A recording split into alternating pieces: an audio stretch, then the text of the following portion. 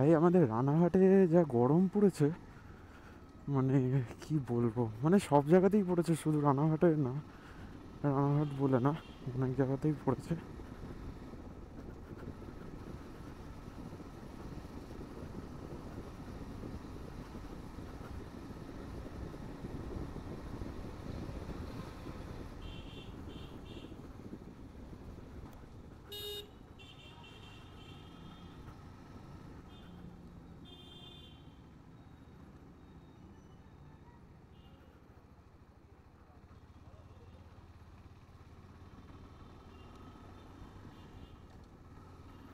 এখন আমি যাচ্ছি হচ্ছে রানাঘাটে আমাদের বেগোপাড়া চার্চের ওখানে মোটো এক্স বলে একটা শপ আছে। আমার বাইকে কোনো স্যাডেলসটা লাগানো নেই। আর যারা হচ্ছে কেটিএমের 2024 মডেল অব্দি ইউজ করেছো তারা সবাই জানো যে একটা জিবি থেকে একটা টপ র্যাক আর টপ বক্সের সেট দিচ্ছিল ফ্রিতে, যেটা আর কি দেওয়া হচ্ছিল। তো সেই সেট আপটা তো ভালো, বাট আমি আমার যেই বাইকে না কোনো স্যাডেলসে ফিট হতে চাইছে না আর কি। এবার সেক্ষেত্রে আমাকে অনেক খোঁজার পর একটা স্যাডেলসটা যেটা আমি পেয়েছি অনলাইনে,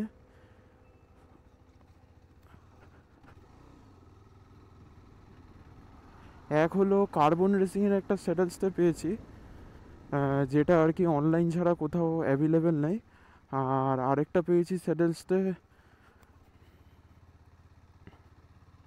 এইচটি এক্সস্টের, যেটা আর কি দোকানে বললো যে লাগবে। এছাড়া জানা বলো, মোটো টর্ক, মোটামুটি সব জায়গায় আমি যোগাযোগ করেছি, কোনো স্যাডেলসটা এটার সাথে ফিট হবে না। বাট জিবির যেই স্যাডেলসটা এটা, যেটা আর কি ফিটিংস হবে এর সাথে, যেটা জিবির মানে জিবির টোটাল সেটটা আর কি ফিট হবে, তো সেটার বহুত দাম। জিবির টপ র্যাকটা মানে দিয়েছে ঠিকই, বাট জানি না আমি কেটিএম থেকে কেন দিয়েছে জিনিসটা, যখন অন্য কিছু যখন ফিটিংস হবে না। জিবির সেটটার বহুত দাম, আর জিবির টপ র্যাকের যেই দাম, সরি ডিবির স্যাডেলসটের যেই দাম, সেই দামে দুখানা স্যাডেলসটে চলে আসবে, মানে একটা দিয়ে দুখানা চলে আসবে। এখন দেখা যাক, এইটা তো দাদা বললো যে সেটিংস হবে মোটো এক্সের, যেটা আর কি আমাকে এনে দেবে বলেছে।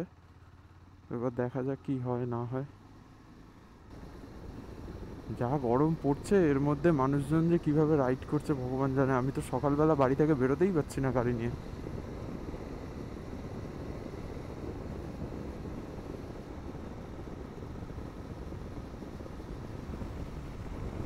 আর এখানে আবার একটা নতুন স্কুল খুলছে রানাঘাটে, এই পারে আসাও হয় না।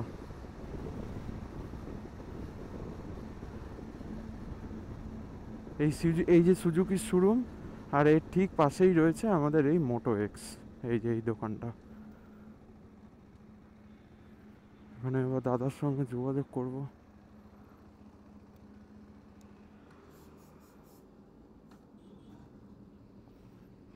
ওরে বাপরে বাপ।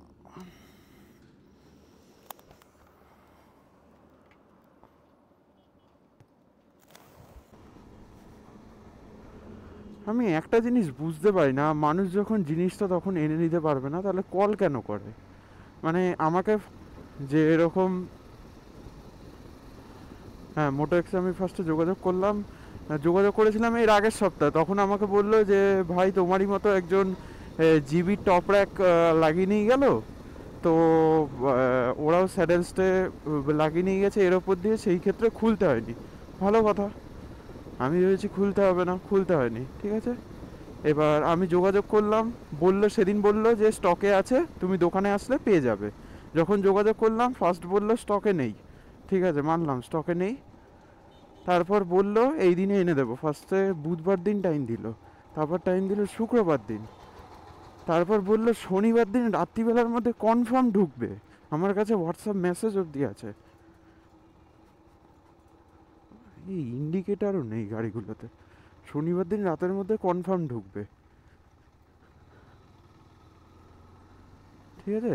শনিবার দিন রাতের মধ্যে কনফার্ম ঢুকবে, ঠিক আছে ভালো কথা, কনফার্ম ঢুকুক। কালকে রাত্রিবেলা যখন মেসেজ করলাম, ইয়ে বললো যে এরকম শনিবার দিন রাতে সে নাকি আম বাগানে চলে গেছে। আরে ভাই, একটা লোকের যে যাদের কাছ থেকে তোমরা মাল নিচ্ছ সে আমবাগানে যায় কি করে? আমাদের যখন অফিস থাকে, আমরা যখন কোনো কিছু আমরা ডেডলাইনের মধ্যে কাজ করি, তখন আমরা কি ভুলে আমবাগানে চলে যাই? এটা কোনো কথা? মানে তোমরা জাস্ট একবার এক্সকিউজগুলো চিন্তা করো। বলছে আমবাগানে চলে গেছে, এখন যখন গেলাম আবার একটু এই কি যেন বলে, আমাকে বললো যে 4:30টার মধ্যে ঢুকে যাবে। আমি বললাম যে তুমি ওটা আগে করো, কারণ আমি একটু বাদে বেরোবো। হ্যাঁ, হয়ে যাবে, তুমি 4:30টার মধ্যে চলে আসবে। আমাকে যখন গেলাম, দোকানে গেলাম, বললো বেরিয়ে গেছে। ঠিক আছে, কৃষ্ণনগর থেকে আসছে।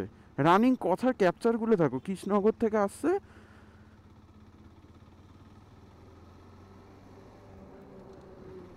কৃষ্ণনগর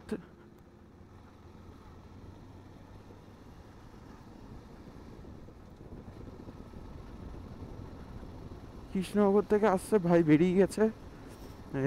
একটুখানির মধ্যে ঢুকে যাবে এক্ষুনি, 4:30টার মধ্যে, যতক্ষণ আসতে টাইম লাগবে। এখন বলছে যে ভাই বেরোয়নি, এখন বেরাল। আরে ভাই, তোরা যখন এনে দিতে পারবি না তাহলে বলে দে জিনিসটা। ঘোরানোর কি মানে? ওর কোনো গ্যারান্টি আছে যে দোকানে বসে ইয়ে করে? এখন যদি আমার কারো কোনো এমার্জেন্সি কাজ থাকতো, এই জন্য আমি রানাঘাটে যে কোনো সেখানে দোকানে যাই না। হট করে ইন্ডিকেটার দিয়ে দেবে, কোনো দেখবেও না।